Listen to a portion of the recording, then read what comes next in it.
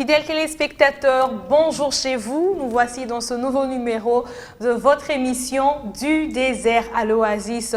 Toujours en parlant de foyer heureux, oasis de paix. Nous avons parlé de ce qui peut briser la paix dans le foyer. Il y a les crises, il y a la rancœur, il y a les conflits et il y a tant d'autres exemples encore. Mais pour résoudre ces conflits, nous avons parlé du pardon. Et après le pardon vient la réconciliation. Donc au-delà de pardonner, au-delà d'accepter de pardonner la personne qui nous a causé du tort ou la personne que nous avons nous-mêmes choquée, il y a la réconciliation à faire avec cette personne. Et lorsque nous nous réconcilions avec les personnes avec qui nous avons des malentendus ou des mésententes, l'Éternel Dieu nous restaure. Il y a la restauration qui s'opère. Et la restauration, c'est le travail de Dieu seul. Le travail de Dieu seul. Certes, il y a notre part, la partie où nous devons accepter de pardonner notre frère ou notre sœur, ça veut dire, comme nous avons parlé autrefois, la bonne disposition. Et après cette bonne disposition, la réconciliation, Dieu nous restaure. Je suis sur ce plateau avec l'évangéliste Léonard Kiswangi. Avec vous, évangéliste, nous parlerons donc de cette restauration, de ce travail que fait Dieu dans la vie de ceux qui lui laissent place, évidemment, parce qu'il faut laisser Christ agir. Et donc, qu'est-ce que la restauration selon la Bible? Madame Jemima, c'est un réel privilège et plaisir pour moi de vous retrouver et de retrouver nos téléspectateurs, comme ils nous suivent de partout. Nous vous aimons et nous vous respectons. Nous aimons. La restauration, c'est au fait une action. Lorsqu'elle a lieu, elle indique ou elle révèle que finalement, Dieu a pu transformer ce qui étaient les conflits qui auraient amené à la mort, qui auraient amené à la destruction. Dieu a transformé les conflits en une opportunité pour donner lieu à la croissance et au développement harmonieux des individus. Au fait, la restauration, comme vous l'avez dit tout à l'heure, elle est une action que Dieu lui-même, n'est-ce pas, achève dans les processus de remise de la paix qui a commencé entre la réconciliation ou le renouvellement des bons sentiments entre les personnes qui ont bien voulu en découdre avec les mal pour finalement arriver à donner à Dieu, n'est-ce pas, l'opportunité de faire ce qu'il est supposé faire. Mais qu'est-ce qu'il fait Dieu dans la restauration? C'est quoi la restauration? C'est au fait la réhabilitation, le rétablissement finalement de la beauté, de l'harmonie et de la stabilité du foyer heureux, donc, oasis de paix. La réhabilitation de ce qui était brisé. Ce qui était brisé. Et ce qui était brisé, vous voulez bien vous en douter, il est question des relations. Ici, il n'est pas nécessairement question de murs, de pots, de verres, mais il est d'abord question de ces sentiments profonds qui ont été brisés, chiffonnés, mais qui reviennent, n'est-ce pas, aux beaux sentiments et des sentiments d'harmonie et de convivialité et qui vont finalement donner naissance à la paix que nous retrouvons dans l'oasis. Exactement. Et les relations dont nous parlons ici, fidèles téléspectateurs, ne sont pas seulement dans le milieu familial, dans le milieu biologique, mais il y a aussi le milieu amical, le milieu professionnel, le milieu ecclésial, où nous pouvons rencontrer des conflits, des différends avec des individus pour le simple fait que nous sommes différents. Et bien voilà. Et lorsque nous acceptons de nous réconcilier, l'Éternel Dieu nous restaure. Mais évangéliste, que nous présente la Bible au sujet de la restauration? Des exemples. Mais ça c'est parfait parce que vous ne pouvez pas isoler la restauration de la Bible parce que et la restauration et les conflits, tout ça était dans le plan de Dieu déjà comme l'architecte par excellence, n'est-ce pas, de la création. Alors quand la Bible dans Genèse, non plutôt dans Jérémie au chapitre 18, versets 4 à 6 parle de la restauration, et donne l'image, n'est-ce pas, une métaphore d'un Dieu qui est vu comme un potier. Et les potiers, c'est les fabricateurs des pots plutôt. Au village, vous avez des cruches, des pots qui sont fabriqués en argile.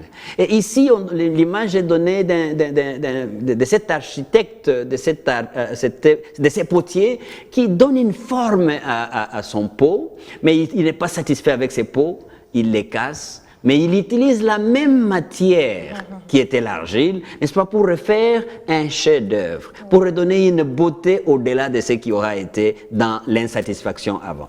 Et donc, la Bible parle, n'est-ce pas, de ces sentiments-là où les potiers Dieu réalise qu'il y a eu des malentendus, il y a eu des mauvaises graines qui sont entrées dans cette relation. La réalisation de cette insatisfaction, d'une relation qui aura été corrompue, c'est le schéma dans la tête de Dieu dans la Bible. Et puis il réalise que ce qui n'était pas bon, qui est brisé, nécessite d'être refait, restauré, régénéré, réformé, recadré, tout ce que vous voulez, mais pour être exactement à la pensée qu'il avait dans sa tête, n'est-ce pas, d'un être qui soit semblable à son image.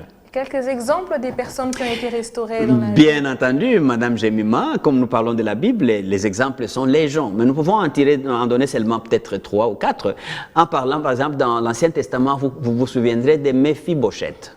N'est-ce pas? Déjà, il y a David avec son ami Jonathan, qui étaient de très bons amis, les relations brisées à cause de Saül qui voulait la mort de David. Et la scène se termine avec David qui devient roi et qui posera la question, y a-t-il vraiment personne dans cette famille-là où était mon ami Jonathan pour que je lui fasse du bien? Alors que Méphibosheth était tout un handicapé, etc.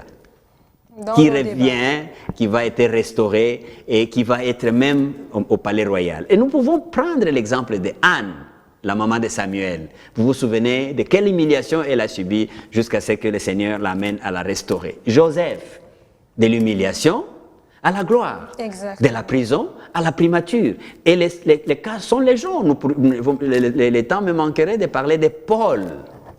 Saul, qui redevient Paul et qui devient le soldat de Christ, restauré dans la dignité et dans une position d'autorité selon le Seigneur. Merci pour ces exemples évangélistes. Et concrètement, quelles sont les manifestations que l'on voit dans la vie d'une personne restaurée? D'abord, pour réaliser, pour avoir un schéma de référence, il faut réaliser que quand il y a conflit, qui ont brisé les relations, quand il y a eu les problèmes, il y a eu la destruction, n'est-ce pas? Il y a des chocs, il y a des blessures, et il y a la destruction. Et en dehors de la destruction, qui est au niveau économique, qui est au niveau de la dignité humaine, qui est psychique aussi. Psychique. Vous avez complètement raison. C'est pourquoi là-dedans, nous trouvons des gens qui sont traumatisés à cause de ces brisements, même de ces rapports-là. Donc, la première démarche, n'est-ce pas, ou conséquence concrète que nous trouvons, là où il y a la destruction des rapports, des liens, des relations, il va y avoir une restauration du point de vue économique. Voilà pourquoi nous parlons du désert. À l'oasis, n'est-ce pas, de là où il y avait la famine et autres, mais il va y avoir une grande production, telle que celle que nous trouvons dans Genèse 26. Mais nous pourrions revenir à notre texte aussi qui est Luc 15, le chapitre 15, le verset 16 à 29. Et là, il est cette belle histoire, n'est-ce pas, de l'enfant souvent appelé l'enfant prodigue, et les autres l'appellent l'enfant rebelle, n'est-ce pas, qui a demandé l'héritage et qui est parti, qui a tout bousillé, et qui revient. Qu'est-ce qui s'est passé? Il est dans le désert, il a la faim. Et la restauration va faire qu'il soit ramené dans une situation où il retrouve tout ce qu'il a perdu dans la maison de son père.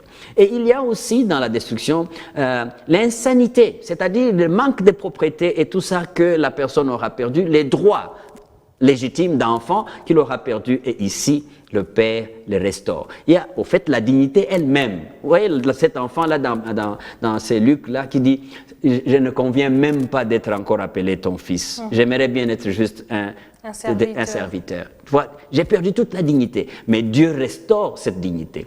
La réconciliation, c'est au fait un des éléments que Dieu vient sceller. Les individus auront fait la démarche, mais Dieu, dans un restaurant, il vient encore sceller ça. Qu'est-ce que nous retrouvons? Il y a la prise de conscience de l'État, dont le fils prodige dit non. Je me rends compte que dans la maison de mon père, vous voyez, il y a la prise de conscience qui arrive. Et puis, il y a la compassion du Père lui-même qui était là, qui attendait toujours. Et ça, c'est un élément concret que Dieu est derrière. Toute situation qui aura été pourrie, Dieu est prêt à la ramener parce que c'est un Dieu compatissant. C'est un Père qui a la compassion de ses fils que toi et moi nous sommes. Et il y a donc la disposition interne aussi d'accueillir son fils, et Dieu le Père a cette disposition tout à fait en lui. Et il y a la restauration en elle-même. Qu'est-ce qui se passe dans la réconciliation? Vous voyez, il y a la prise de conscience, la réconciliation, et la restauration va nous amener dans Luc 15, les papas préparent un habillement somptueux. Qu'est-ce qui est restauré là-bas? C'est l'importance. Vous vous souvenez de notre Isaac. Okay. L'importance de cet enfant est restaurée dans l'habillement qu'on lui accorde. Et il va y avoir aussi un autre élément qui va être restauré. Il lui donne une bague d'alliance et tout ce qu'il faut pour que finalement, il restaure la sécurité que cet enfant avait perdue. Okay. Voyez? Et puis il va aussi restaurer l'acceptation. Il l'accepte en tant que son fils, pas comme un ouvrier. Exactement. Et puis aussi, qu'est-ce qui va se passer? Il va y avoir, on lui donne une paire de sandales qui représente la sécurité, mais aussi ici la beauté. Tu vois, il ne va pas les laisser les pieds nus. Hein? Il lui donne une chaussure. C'est l'admiration qui est restaurée. Et qu'est-ce qui va encore être restauré ici? C'est l'acceptation en tant que telle. Parce que le père va dire, il faut qu'il y ait un grand festin, une grande fête, pour que je puisse, n'est-ce pas, montrer aux yeux de tout le monde que j'accepte mon fils en tant que tel. Il était perdu, il est revenu à la vie. Et à la fin des comptes, qu'est-ce qui est restauré? C'est la considération. Donc tout le monde entier va considérer cet enfant comme le point de référence parce que finalement, son père l'aura restauré, l'aura rétabli dans tous ses droits, dans toute sa dignité. Et les principes Isaac sont finalement restaurés. Et là, j'estime que ces principes Isaac sont restaurés non seulement auprès de la personne qui a été lésée, mais même auprès de soi-même. Parce que lorsque l'on est en conflit avec qui que ce soit, même nous-mêmes, nous souffrons. Et donc, il y a, comme vous dites, l'importance que l'on accorde aussi à soi-même, l'admiration, l'acceptation, la sécurité et la considération que l'on s'accorde aussi à soi-même, qui est sont des éléments importants. Quelles sont donc les conséquences de la restauration dans la vie de l'homme? Je crois que l'une des conséquences ou quelques conséquences que nous pouvons tirer, et ça nous recommandons que personne n'arrête sa réconciliation à mi-chemin. Il faut laisser à Dieu la place d'intervenir et les conséquences vont être telles que les personnes qui auront été lésées dans les relations brisées vont développer une résilience. C'est-à-dire qu'ils vont plus retomber dans le même peine, dans le même rancœur, comme vous voulez, si vous voulez, dans le même indignation ou humiliation, mais ils retrouvent une résiliation. Résiliation, ici, ça veut dire qu'ils ne vont plus s'en faire de ce que vous vous dites, mais ils vont considérer ce que Dieu dit et ce que c'est lui qui les a pardonnés dit. Quelle autre conséquence nous allons voir? Ces personnes vont devenir des personnes de référence dans la communauté. Okay. Quand vous rentrez dans Luc 15, quand les grands frères reviennent de la forêt, ils posent la question au loin, là, au bout du village. Mais qu'est-ce qui fait faire le grand bruit dans les villages? Tout le monde a une réponse, à l'unanimité. C'est ton frère là qui était et qui est revenu. Donc tu deviens un point de référence, non seulement pour tes parents, non seulement pour la communauté dans laquelle tu habites, mais aux yeux de Dieu, tu deviens un point de référence. Dieu t'a restauré. Mais aussi, les conséquences sont que la personne restaurée retrouve le respect de tous. Exact. Certainement, les travailleurs dans la maison de son père, revenant à notre texte, les considèrent maintenant comme une nouvelle personne. La Bible ne dit-elle pas que lorsque Christ nous a franchis, nous devenons libres? Aussi ne dit-elle pas que si nous venons à Christ, nous acceptons Christ, nous devenons une nouvelle créature. Les choses anciennes sont Mais quelle beauté en devenant nouvelle créature. Donc là-dedans, en tant que nouvelle créature, nous revêtissons encore, ou nous revêtons. Nous revêtons, pardon. Exact. Nous revêtons. Nous portons sur nous l'honneur et la dignité qui aura été perdue. Ainsi, nous restaurons ce que nous appelons encore l'oasis de paix. Et voilà un peu les quelques conséquences qu'on peut retrouver. Il y a aussi cette joie de vivre qui renaît, la paix du cœur aussi qui est perdue, la paix du cœur qui revient. Et ce sont des éléments importants. Et comment maintenir les acquis de la restauration? Ah oui, ça c'est très important, ma sœur. C'est très, très important. Pour retenir ou pour maintenir les acquis, n'est-ce pas, de la restauration, il faut absolument, n'est-ce pas, accepter la volonté de Dieu. Je parlais à un couple qui était pendant longtemps brisé et qui s'est retrouvé réconcilié et Dieu a restauré leur dignité. Il faut que, à ce stade-là, ils acceptent que la volonté de Dieu n'était pas que nous puissions nous séparer, mais c'était que nous puissions vivre ensemble. cette acceptation est très très importante comme premier pas pour maintenir, n'est-ce pas, les acquis de la restauration. Mais aussi, il ne faut pas se laisser tromper par les « quand dira-t-on ». Les gens vont vous regarder, et des fois même il y a de ceux qui vont vous regarder, ils vous regardent comme ils regardaient Jésus-Christ. Hein, ils baissent les têtes pour murmurer derrière votre dos. Ne vous en faites pas. Ce qui compte, c'est ce que Dieu dit de vous. C'est ce qui est plus important que ce que les hommes disent de vous. Donc ne vous laissez pas emballer par le regard des gens qui s'étonnent que vous ayez retrouvé, n'est-ce pas, la restauration. Et ceci ne sera jamais quelque chose de surprenant parce que Néhémie nous donne un bel exemple où les Sanballat, les Tobija, c'est-à-dire ceux qui se moquent de la restauration de Dieu, ils seront toujours là. Mais regardez à Dieu, parce que souvenez-vous que quand Dieu restaure, il donne une meilleure forme que celle qui était avant. La Bible dit, la gloire de la nouvelle maison sera toujours plus grande que celle de la première maison. Et enfin, je pouvais dire comme recommandation pour maintenir les acquis de la restauration qu'il faut absolument se munir de son courage et de dire, ça y est, on fera mieux. Ça y est, on ira plus loin que là où on était tombé. Là aussi, tomber, c'est un accident. Mais rester par terre, c'est une décision, c'est un choix. Et donc ici, le choix qu'on fait, c'est de prendre le courage, de dire, on ira de l'avant et on va affronter les choses qui nous ont fait tomber, mais on ne les regardera plus comme les objets de chute pour nous. Donc, je peux dire, la volonté de Dieu, ne pas considérer les propos des autres et prendre le courage pour aller de l'avant. Ainsi, nous pouvons conserver les acquis de notre restauration. Merci, évangéliste, pour ces enseignements combien riches. Fidèles téléspectateurs, nous sommes à la fin, mais rappelez-vous que notre Dieu, le Dieu de la Bible, bien sûr, est le Dieu, comme je peux le dire, de la deuxième, de la troisième, de la énième chance. C'est le potier qui ne se gêne pas de recommencer. C'est comme ça que nous parlons de la restauration. Ce qui est brisé, il donne forme, et une forme qu'il apprécie lui-même. Et donc, de cela, nous devons faire le premier pas. Notre pas, c'est d'accepter de pardonner, d'accepter de tourner la page, en fait. Parce que lorsque nous n'acceptons pas de tourner la page, nous demeurons brimés, nous demeurons dans cette colère-là, dans cette tristesse là, et nous ne vivons pas la réconciliation qui nous emmène en fait à la restauration. Nous avons vu ici comment conserver les acquis de la restauration. Nous avons vu aussi les conséquences d'une vie restaurée. Nous avons parlé de la joie de vivre que Dieu donne. Nous avons parlé de la paix du cœur que Dieu donne, du respect que nous gagnons aussi lorsque Dieu nous restaure. Et donc, n'hésitons pas de faire le premier pas, quelle que soit la douleur que nous avons, quel que soit ce dans quoi nous sommes tombés. La Bible dit dans Proverbe que cette fois le juste tombe, il se relève aussi. Et il se relève toujours, bien sûr. Et donc, gardons cela à l'esprit. Notre Dieu est le Dieu de la énième chance. Je veux demander à l'évangéliste Léonard Kiswangi de prier pour nous, prier pour ceux qui nous suivent, afin que Dieu nous accorde à tous ceux-là qui sont aujourd'hui dans la tristesse, dans la colère, renfermés même dans leurs péchés. Ils ne savent pas ouvrir l'œil ou lever la tête vers Dieu. Et du coup, ils ne vivent pas leur restauration, afin que Dieu leur accorde la grâce, oui, de faire le premier pas et de vivre leur restauration. Seigneur notre Dieu, c'est toi, les potiers par excellence.